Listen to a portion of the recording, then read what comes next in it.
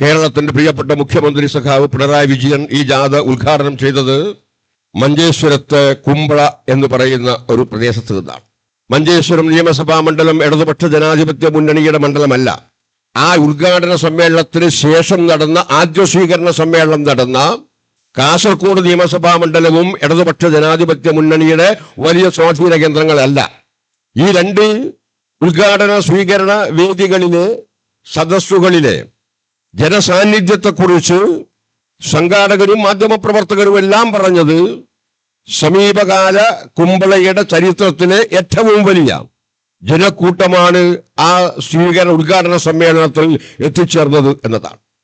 നമ്മളെക്കാൾ രാഷ്ട്രീയ സ്വാധീനവും നിയമസഭാ MLA-യുടെ സാമാജികന്റെ പിൻബലവുമുള്ള മഞ്ചേശ്വരം മണ്ഡലത്തിൽ മുഖ്യമന്ത്രിയുടെ സാന്നിധ്യം കൊണ്ട് കൂടിയാകാം അത്രയേറെ ജനക്കൂട്ടം ആ ഉദ്ഘാടന സമ്മേളനത്തിൽ അണിനിരന്നത്. തൊട്ടുപിറകെ 6 മണിയോടുകൂടി കാസർഗോഡ് നഗരത്തിലെത്തുമ്പോൾ അതിനേക്കാൾ വിപുലമായ രീതിയിൽ നിറഞ്ഞു കവിഞ്ഞ സദസ്സിനെ സാക്ഷി നിർത്തിയാണ് ജാഥാംഗങ്ങളായ ഞങ്ങൾ ഓരോരുത്തരും അവിടുത്തെ ജനങ്ങളുമായി ഈ മുന്നേറ്റ ജാഥയുടെ സന്ദേശം പങ്കുവച്ചത്. അവിടുന്ന് ഇങ്ങോട്ട് ഈ 10ാമത്തെ സ്വീകരണ കേന്ദ്രത്തിലെ ജനസാന്നിധ്യത്തെ നോക്കിക്കൊണ്ട് അനായാസം അഭിമാനത്തോടെ പറയാം, ഈ കേരളത്തിൽ വീണ്ടും ഭരണ തുടർച്ച ഉണ്ടാകുമെന്ന കാര്യത്തിൽ ഒരു സംശയവും ഒരു സന്ദേഹവും ഒരു രാഷ്ട്രീയ നിരീക്ഷകന്മാർക്കും ഉണ്ടാകേണ്ടതില്ല. അത്രയും വലിയ ആവേശത്തോടെ, അത്രയും വലിയ സാന്നിധ്യം ഉറപ്പുവരുത്തണമെന്ന വല്ലാത്തൊരു നിർബന്ധ ബുദ്ധിയോടെ ഒരു സമൂഹത്തിന്റെ ആകെ പരിച്ഛേദമെന്ന് വിശേഷിപ്പിക്കാവുന്ന കുഞ്ഞു കുട്ടികൾ തൊട്ട് വയോജനങ്ങൾ വരെയുള്ളവർ സ്വീകരണ കേന്ദ്രങ്ങളിൽ എത്തിക്കൊണ്ടിരിക്കുന്നു. 2016 അധികാരത്തിൽ വന്ന ഇടതുപക്ഷ ജനാധിപത്യ മുന്നണി ഗവൺമെന്റ് ജനങ്ങൾ ആ ഗവൺമെന്റിൽ അർപ്പിച്ച വിശ്വാസത്തെ എത്രമാത്രം ചേർത്ത് പിടിച്ചു.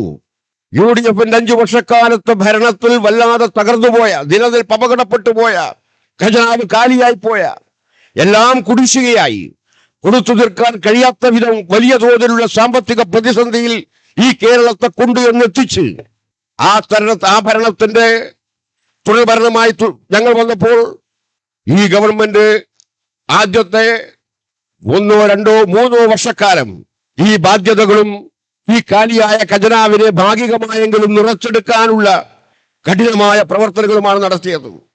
ഏറെയേറെ വിശദാംശങ്ങളിലേക്ക് പോകേണ്ടത് നിങ്ങൾ ആലോചിച്ചാൽ മതി. 2016 ഇങ്ങനെ ഒരു ഗവൺമെന്റ് കേരളത്തിൽ അധികാരത്തിൽ വന്നില്ലായിരുന്നുവെങ്കിൽ, UDF ഗവൺമെന്റിന് കേരളത്തിൽ ഭരണ തുടർച്ച ഉണ്ടായിരുന്നുവെങ്കിൽ ഇന്ന് ഈ കേരളം നമ്മൾ കാണുന്ന കേരളമായി നിലനിൽക്കുമോ?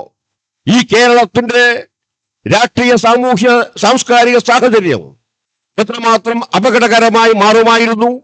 ഈ സ്വീകരണ സമ്മേളനങ്ങളിലെ വലിയ തോതിലുള്ള ജനപങ്കാളിത്തം മാത്രമല്ല, ഓരോ ദിവസവും കാലത്ത് ജാഥാ ലീഡറും ജാഥാംഗങ്ങളും ചേർന്ന് അതാത് സ്വീകരണ കേന്ദ്രങ്ങളിൽ രാവിലെ 8:30 മണിക്ക് അവിടുത്തെ പൗരപ്രമുഖരും സാധാരണക്കാരുമായ ജനങ്ങളുമായി ഒരു ആശയവിനിമയം നടത്തുന്നുണ്ട്.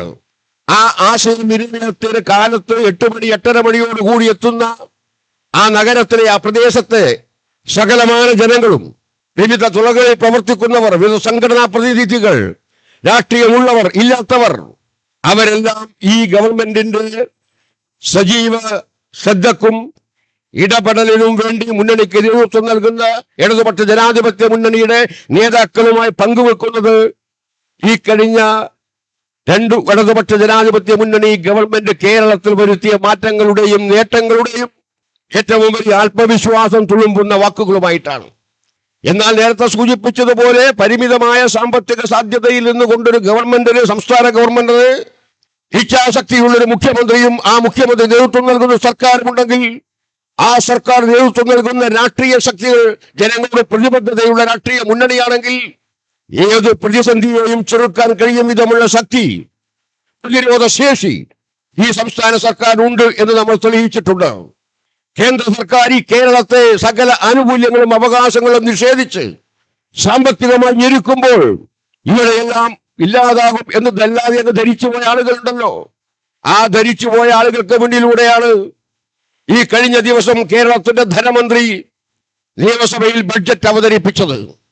സാധാരണ നിലയിൽ ഈ സംസ്ഥാനത്തിന്റെ സാമ്പത്തിക സ്ഥിതി അറിയാവുന്ന നമ്മുടെ അനുകൂലികളായ ആളുകൾ പോലും പ്രതീക്ഷിക്കാത്ത വിധം, ഒരുപക്ഷെ സങ്കല്പിക്കാത്ത വിധം സകലമാന ജനവിഭാഗങ്ങളുടെയും ആവശ്യങ്ങളെ കണ്ടറിഞ്ഞും തൊട്ടും തലോടിയും വരാനിരിക്കുന്ന സാമ്പത്തിക പ്രതിസന്ധിയുടെ രൂക്ഷത എത്ര വലുതായാലും അതിനെ ജനങ്ങളുടെ ഇച്ഛാശക്തി കൊണ്ട് പ്രതിരോധിച്ച് നടപ്പിലാക്കാൻ കഴിയുമെന്ന ആത്മവിശ്വാസത്തോടെ സഖാവ് ബാലഗോപാൽ അവതരിപ്പിച്ച ബഡ്ജറ്റാണ് ഇപ്പോൾ ഈ കേരളത്തിൽ ഈ തെരഞ്ഞെടുപ്പിന്റെ പശ്ചാത്തലത്തിൽ ഏറ്റവുമേറെ സജീവ ചർച്ചയ്ക്ക് വിധേയമാകാൻ പോകുന്നത്. UDF-ഉം വിശേഷിച്ചും കോൺഗ്രസ്സയും പിടിച്ചു നിൽക്കാൻ കഴിയുമെന്ന വല്ലാത്ത മോഹത്തിൽ അങ്ങനെ മുന്നോട്ട് പോകുന്നത്. ഡൽഹിയിൽ ജനങ്ങൾ തെരഞ്ഞെടുത്ത MP-മാർ തിരിച്ചു വരാൻ പോകുന്നു. അവർക്ക് വേണ്ടത് കേരളത്തിലെ മുഖ്യമന്ത്രി പദമോ ഇതര മന്ത്രിസ്ഥാനങ്ങളുമാണ്. എത്ര പച്ചയായിട്ടാണ് പറയുന്നത്. തെരഞ്ഞെടുപ്പ് പ്രഖ്യാപിച്ചിട്ടില്ല, സീറ്റ് ഉപചരണം നടന്നിട്ടില്ല, സ്ഥാനാർത്ഥി നിർണയം അവസാനിച്ചിട്ടില്ല. അപ്പോഴേക്കും മുഖ്യമന്ത്രി ആര് എന്നതിനെ കുറിച്ച്, ആ ഗവൺമെന്റിൽ ഉപമുഖ്യമന്ത്രി ആരാകണമെന്നതിനെ കുറിച്ച് എത്ര വാചാലമായും എത്ര പ്രചരണപരമായുമാണ് അവർ അവകാശവാദങ്ങൾ ഉന്നയിക്കുന്നത്. ഒടുവിൽ കേരളത്തിലെ കോൺഗ്രസ് നേതൃത്വത്തിൽ പറയേണ്ടി വന്നു, ആരും സ്വയം സ്ഥാനാർത്ഥികളായി പ്രഖ്യാപിച്ചുകൂടാ. മുഖ്യമന്ത്രി ഇപ്പോൾ തീരുമാനിക്കുന്നില്ല. തെരഞ്ഞെടുപ്പിന്റെ സൂചന പോലും വരും മുമ്പേ ഒരു മുന്നണി വരാനിരിക്കുന്ന തെരഞ്ഞെടുപ്പിലെ സീറ്റിന്റെ എണ്ണവും വിഭജനം ചെയ്യേണ്ട വകുപ്പുകളുടെ നിർണയവും എല്ലാം നടത്തിക്കൊണ്ട് ഈ വരാനിരിക്കുന്ന തെരഞ്ഞെടുപ്പിൽ വിജയിച്ചു വരാൻ കഴിഞ്ഞില്ലെങ്കിൽ കേരളത്തിൽ UDF-ഉം അതിന്റെ രാഷ്ട്രീയ സംവിധാനങ്ങളും സമ്പൂർണമായി ഇല്ലാതാകുമെന്ന വല്ലാത്ത ഭയത്തിൽ, ആശങ്കയിൽ അവരിപ്പോൾ നിലനിൽക്കുകയാണ്. ആത്മവിശ്വാസത്തോടെ പറയട്ടെ, ഈ വരാനിരിക്കുന്ന നിയമസഭാ തെരഞ്ഞെടുപ്പിൽ ഇടതുപക്ഷ ജനാധിപത്യ മുന്നണി വ്യക്തമായ ഭൂരിപക്ഷം നേടി വീണ്ടും ഇടതുപക്ഷ ജനാധിപത്യ മുന്നണി ഗവൺമെന്റ് ഈ കേരളത്തിൽ ഉണ്ടാകും. അങ്ങനെ ഉണ്ടായില്ലെങ്കിൽ നാം നേടിയെടുത്ത നേട്ടങ്ങൾ, നാം തുടക്കം കുറിച്ച മാറ്റങ്ങൾ, നമ്മുടെ സ്വപ്ന പദ്ധതികൾ എല്ലാം ഒന്നൊന്നായി നിരാകരിക്കപ്പെടും. നമുക്ക് നിലനിർത്തണം ഈ കൈവരിച്ച നേട്ടങ്ങളെ. നമുക്കിറങ്ങിച്ചെല്ലണം കൂടുതലായി സംസ്ഥാനത്തിന് ഇതര ജനവിഭാഗങ്ങളിലേക്ക് അതിദാരിദ്ര്യ നിർമ്മാർജ്ജനം നടത്തിക്കൊണ്ട് നമ്മൾ കൊടുത്തൊരു സന്ദേശം, ലോകത്തിന് കൊടുത്ത സന്ദേശം.